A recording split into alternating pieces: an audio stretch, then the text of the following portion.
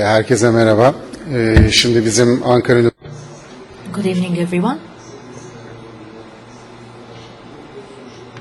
I will try to share with you the pilot results of a study that we conducted at the NIRS lab of Ankara University lab. This is called Imaging of the Jumping to Conclusions Bias in Early Schizophrenia with Near-Infrared Spectroscopy. Thomas Bayes is a mathematician, is a British mathematician and theologist who lived in the 16th century. His biggest contribution to philosophy was that he said the probability of the H hypothesis being true when there is evidence E is calculated on the opposite of this and the precursor of it.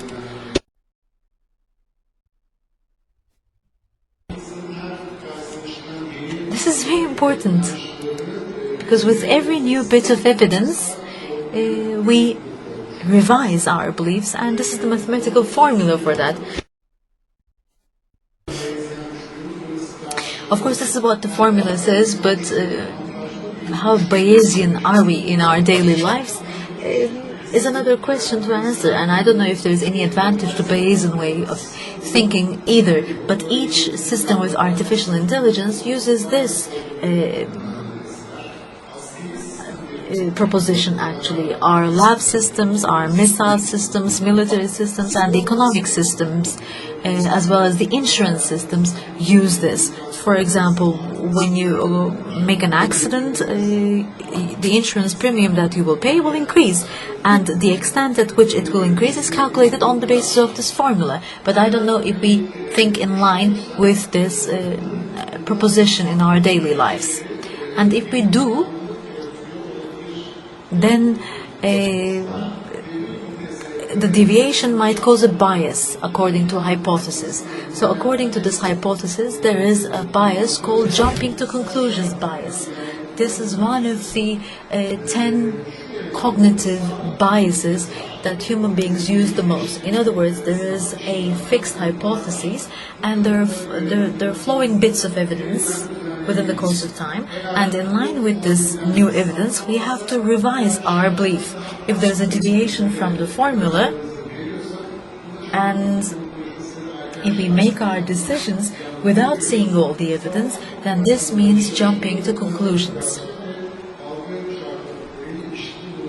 This was found to be in line with paranoid ideation and perception distortions in a test that was conducted.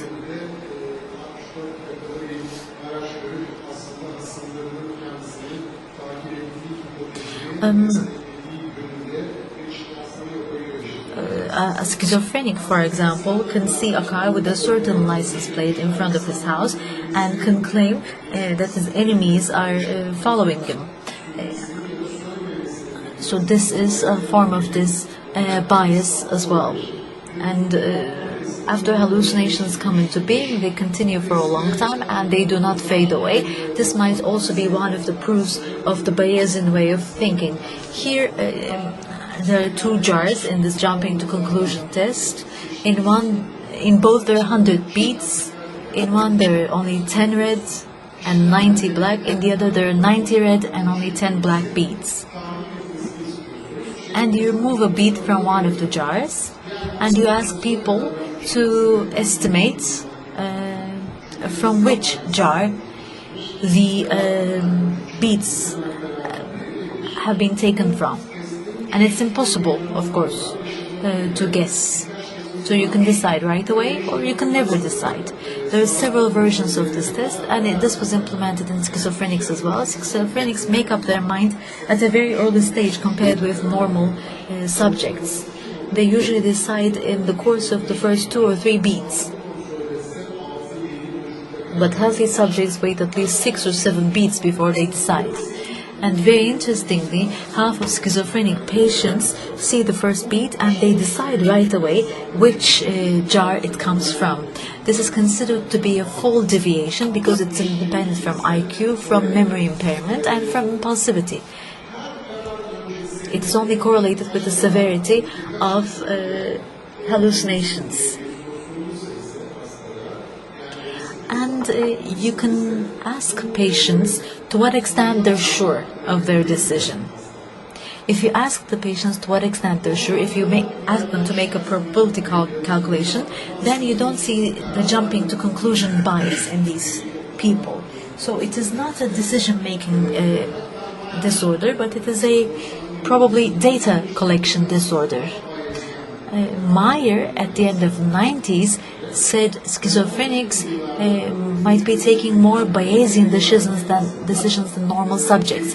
But then this hypothesis was not supported in later years. There's more deviation. I mean, the schizophrenics have already a hypothesis in mind, and when they see an evidence that might support that hypothesis,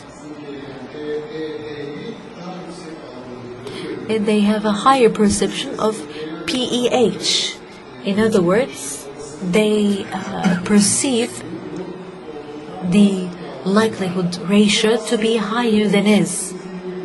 And this is in line with the dopamine hypothesis, actually, because we constantly build up new hypotheses, and the evidence that supports the hypotheses leads to a dopamine release. In this study, we looked at the impact of jumping to conclusions bias on the prefrontal cortex. Why did we choose the prefrontal cortex? Because many studies argued what it is used for: motor learning, semantic memory, verbal working memory, learning rules. Some other researchers said it has to do with specific tests, and at the end of the 90s, finally they said prefrontal cortex is the episodic memory center. Then in the 2000s, these theories became better established. For example, Nadeau said this is a continuation of the limbic system, and it is therefore the reappraisal of the effect. It is in charge of monitoring how target-oriented the individual is. The just rightness is another concept, by the way, that was developed by Winocor, and this has to do with target-orientedness as well. Fritz says prefrontal cortex is one of the important centers of the mental theory. Christoph says it's a very important element of the default mode network, but Burgess and colleagues said that this is the center which decides which thought strategy to use. Should you choose the stimulant-related or stimulus-related strategy, or the non-stimulus-related strategy? The PFC helps this. So our aim was to investigate the prefrontal activity during hallucinations, and to check whether there was any thought relationship between normal subjects and patients with hallucinations. These are patients with hallucinations because there's not one signal diagnosis. There are schizophrenics and there are psychotic bipolars as well, and we had 11 healthy subjects as well. The hallucination score of these patients was at least 2.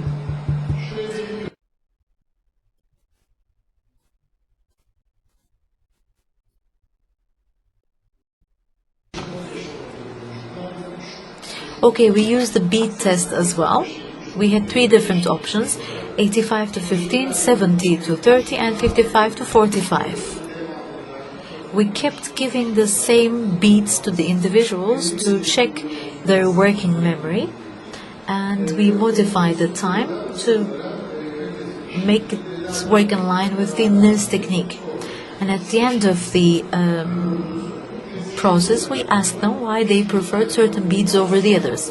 This is how the test runs. In the black jar, there are 90 black and 10 yellow beads. And the other jar is the opposite of this. You mix them. The computer will choose one of the jars, and then it will remove beads and it will put it back into the jar. You have to decide which jar the bead comes from. It doesn't matter if you decide rapidly, it matters that you decide correctly. Don't answer before you're sure, we said. As a baseline condition, we made them say the letters A, E, O.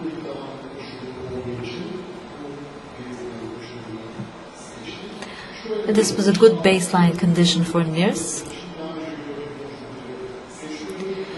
So here we choose the beads that they saw before. We draw one of the beads. Either the patient says okay and makes up his mind, either says go on. And then we tell the patient from which jar the beads were removed. There are three different conditions: the obvious, the ordinary or probable, and ambiguous. In the ambiguous you can't tell, for example, but the obvious one is the usual test.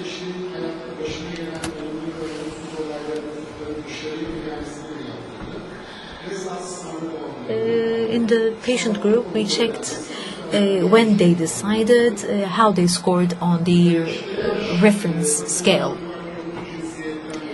There was no difference between two groups in terms of their age groups, their sex, their education. They were all early onset patients. They were all newly diagnosed patients. Their SUP score was not very high, neither the SUM score. SUPS was, of course, above average. In the BDO, the cutoff was 21.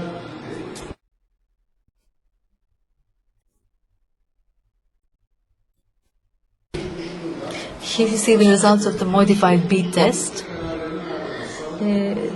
Under the condition of 85 to 15, the patients made up their minds at either the first or the second bead. The healthy controls made up their minds between the first or the 11th beads.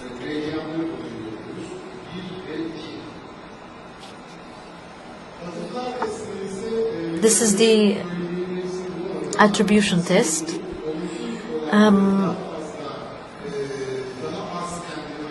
Some of the data replicates that of the literature. The negative data is more common among schizophrenics.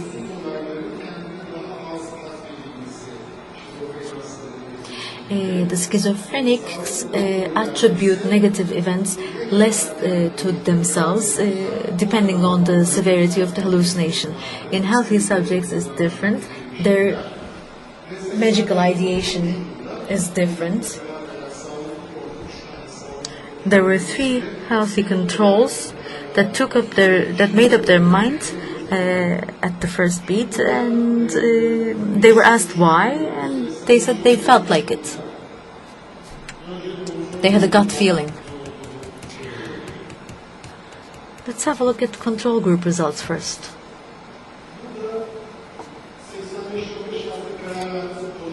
(85-15) is an easy-to-decide condition.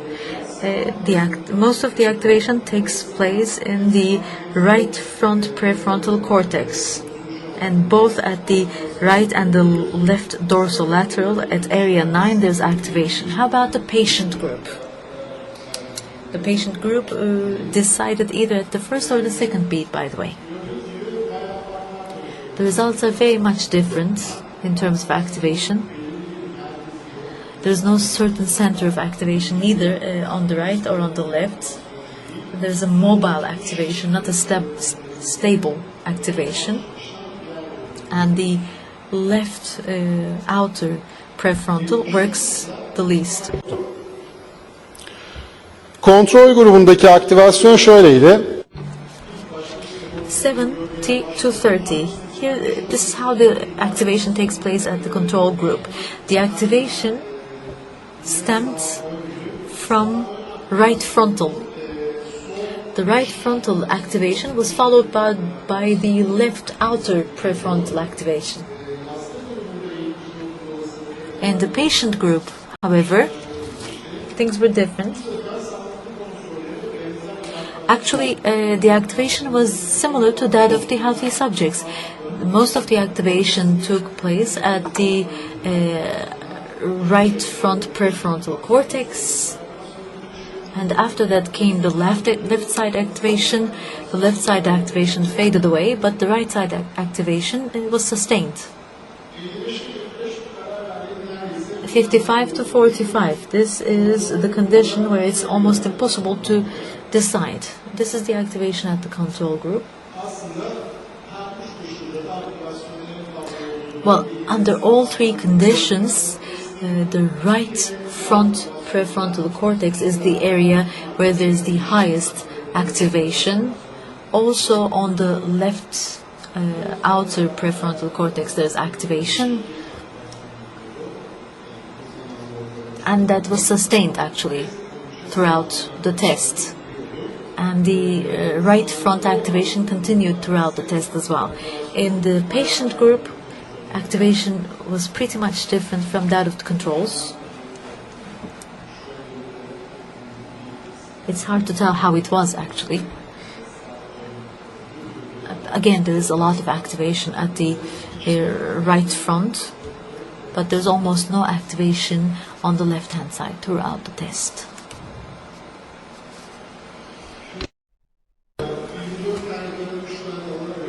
We divided these 24 channels in 3 different areas. The front was area 10, the medial ones were 44, 45 and 46, and the back one was 9. And we used the mixed design ANOVA to compare these 3 different areas. And we looked at the correlation of behavioral data and the activation.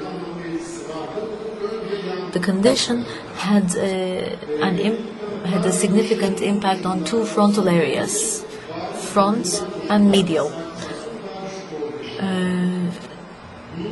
In the obvious and the ambiguous situations, there was less activation. The group was effective on all 3 areas.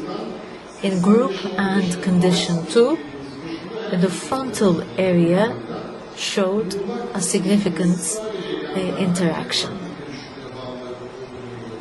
On the ambiguous group, there was activity decrease at the front. At 70 to 30, there was no difference between groups. We couldn't find a correlation between the substance scores, the attribution scores, or the magical ideation scores in the and the areas.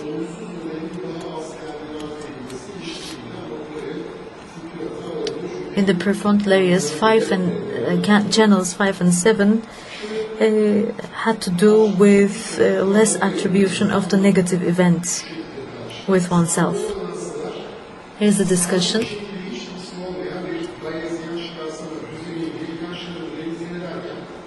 Hallucinating patients revise their beliefs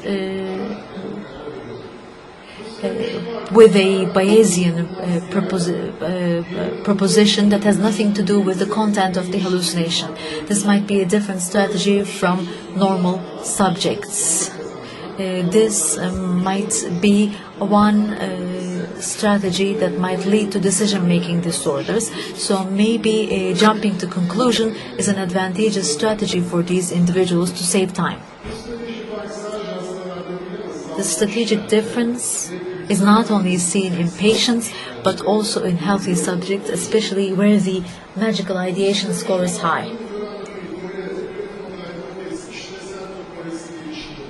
The neuroanatomic correlate of the strategy difference might be correlated to the functional topography of PVC. and this difference can become more pronounced in overt and ambiguous cases. The gateway theory might be the correct theoretical framework to discuss this difference. This is what I mean. Area 10, that is the front right prefrontal cortex. Its task is the following. You receive an input. Its central representation will be created at the cortex. Then according to these designs, an output will be formed. This means this all boils down to these two gates being open or not at area 10. So area 10 decides whether these gates will be open or not. So ventromedial prefrontal cortex or the orbital prefrontal cortex are in this area. So this is the center of emotions.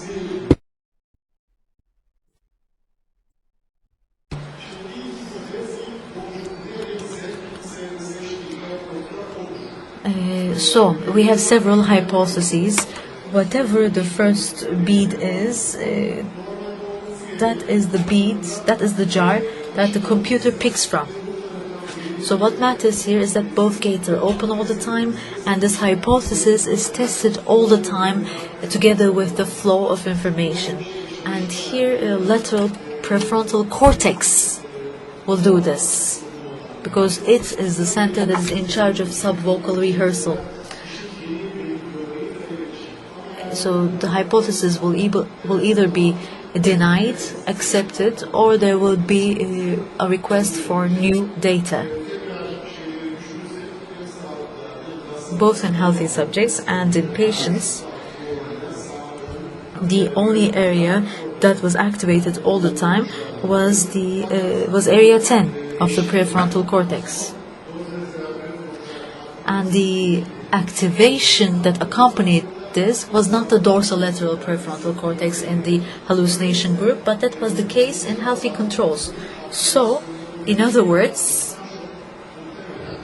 there's no lack of activation at area 10, but what happens in hallucinating patients is that the effector system,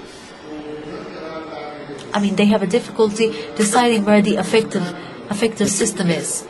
The data is not sent to the dorsolateral PFC, but it is sent to some other center that we didn't check within the framework of the study. That was our interpretation. So that's all. Thank you.